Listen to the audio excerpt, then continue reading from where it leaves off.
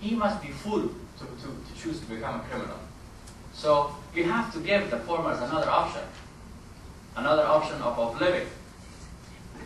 We have been trying to do also some alternative crops, which is different from alternative livelihood. Alternative crops, we try to substitute poppy with saffron or rose water or something. It works, but it has severe limitations. Because in order for the alternative crops to work, you need the infrastructure in place. You have to have roads, you have to have cold storage, you have to have a market to sell it. If you convince the farmer in Kandahar to grow grapes, he will do it. But if there is no road to take that grape to Dubai or to India or to Russia, he will do it only 1 year. Because for poppy, you don't need that infrastructure. Once you harvest it, that deadly crop, you can put it in a plastic bag and put it in a corner of a room. It will be sitting there for 3 months. It's not going to go bad or anything. It doesn't need even road use. The farmer can take it in his pocket and go across the border. So, in order to fight narcotics, we have to build the infrastructure in Afghanistan and provide for alternative livelihood.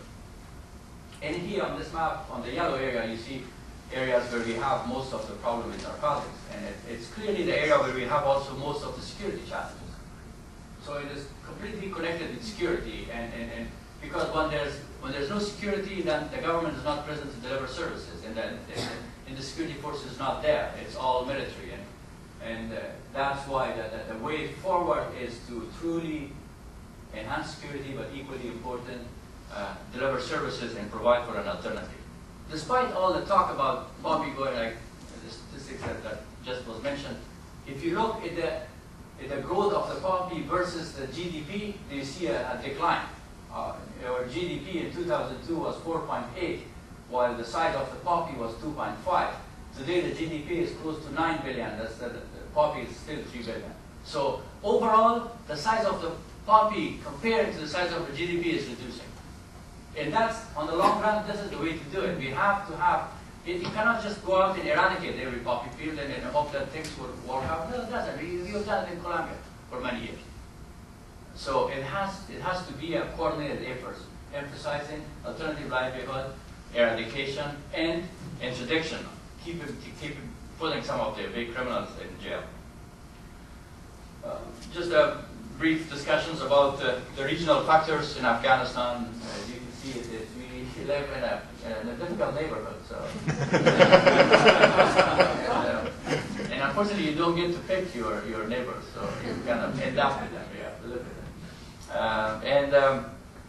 From Iran, on one side, that is so far was constructive, but it's becoming more and more challenging for us to keep Iran's role in a constructive way. And to Pakistan, with difficulties that Pakistan has in instability and the support that exists for extremism in the entire country.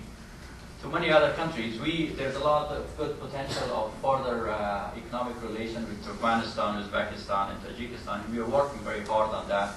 There's a lot of potential on that, but the nature of the regimes in these countries are such that they pursue more of a closed-door policy, and we would like to have better relations. But despite all these challenges, we have been truly a good partner with all our neighbors. We have a very good relation with China, despite being a strategic partner of the United States, and they've been engaged in assisting. Iran was also very helpful up to very recently on many projects in the reconstruction areas. We have Turkmenistan, again, a few friends that Turkmenistan has. Afghanistan is prominent among them. And Uzbekistan has, unfortunately, complication with their relation with U.S., so we are trying to convince them that they should not bring this into the table with their relation with us. The region that we live, there are some old designs of trying to expand influence. There are some phobias of some countries trying to take over some other countries. We see that in the Indian subcontinent, that phobia is very strong. So we're living with all these designs and fears and phobias. But we are trying very hard to convince everyone in our neighborhood that the future of the region, the future of Afghanistan, Pakistan particularly, and others will be in trade and investment in pursuing an open door policy. We have to, just with Pakistan and the Taliban, the amount of the trade that we conducted with Pakistan was $60 million. Today it's $1.4 billion. This is a great opportunity for the people of Afghanistan and Pakistan to benefit from peace and from stability. The matter is further complicated, of course, with beyond Iran and Iraq. We see that events that are taking place in Iraq definitely affect Afghanistan. So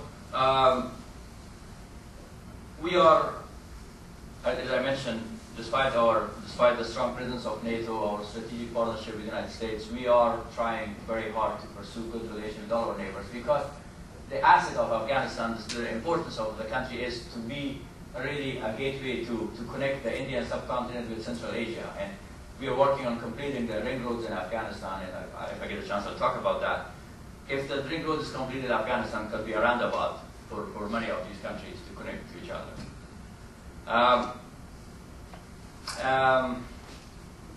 We are not, this is too detailed, so let's take it. Now a few words about the reconstruction. U.S. has pledged $14.1 billion to Afghanistan since 2001. This amount is increasing, fortunately. International community contributions since 2001 to Afghanistan, it pledged $30 billion. It's committed $19 billion. Delivered to Afghanistan, $12.5 billion. Given to the Afghan government, $3.2 billion. This is it's a good picture of it. It shows that how much has been delivered to Afghanistan, and how much of that has been delivered to the government.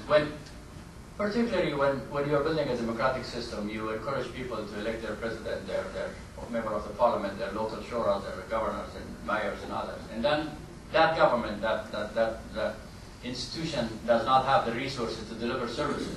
You can imagine on the long run how frustrated both the government and the population is going to be.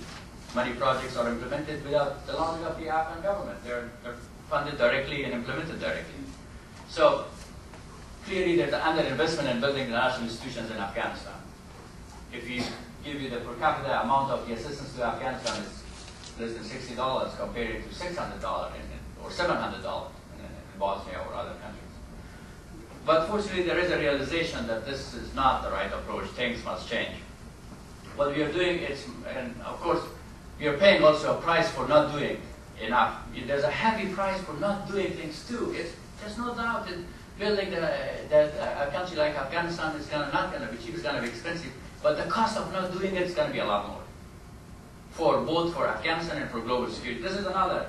The military expenditure since 9/11 about 448 billion actually to Iraq, 126 billion to Afghanistan, and reconstruction aid for Afghanistan 7 billion, and given to the Afghan government 1 billion. This is U.S. only. The other one was international community, everyone. Fortunately, as I mentioned, there's a realization of the problem, of the magnitude of the problem in Afghanistan. There are new resources are becoming available. 11.8 billion we're hoping to receive in the next 2 years. A significant amount of this 11.8 billion will be spent on security, basically training the Afghan National Army and police force, about 8 billion of that, which is a very wise investment, particularly if we want to relieve the pressure on the soldiers to come home, Americans or others. If we build the capacity of the National Army and police forces, our country, there's no shortage of will or courage in Afghanistan to defend our country. It is a shortage of know-how and skills, and that know-how and skills must be built. Portion of that money will be also spent on capacity building and improving governance, which is a challenge right now in Afghanistan, and development, particularly road and power are two priorities for us right now.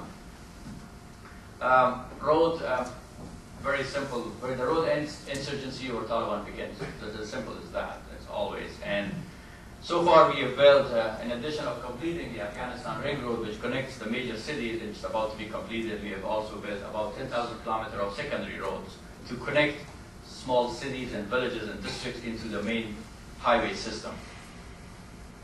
Electricity is our second priority right now. 6% of Afghan has access to electricity. And this is, there on the right side is Casualty Dam, actually a dam that was built with the U.S. assistance back in late 1950s.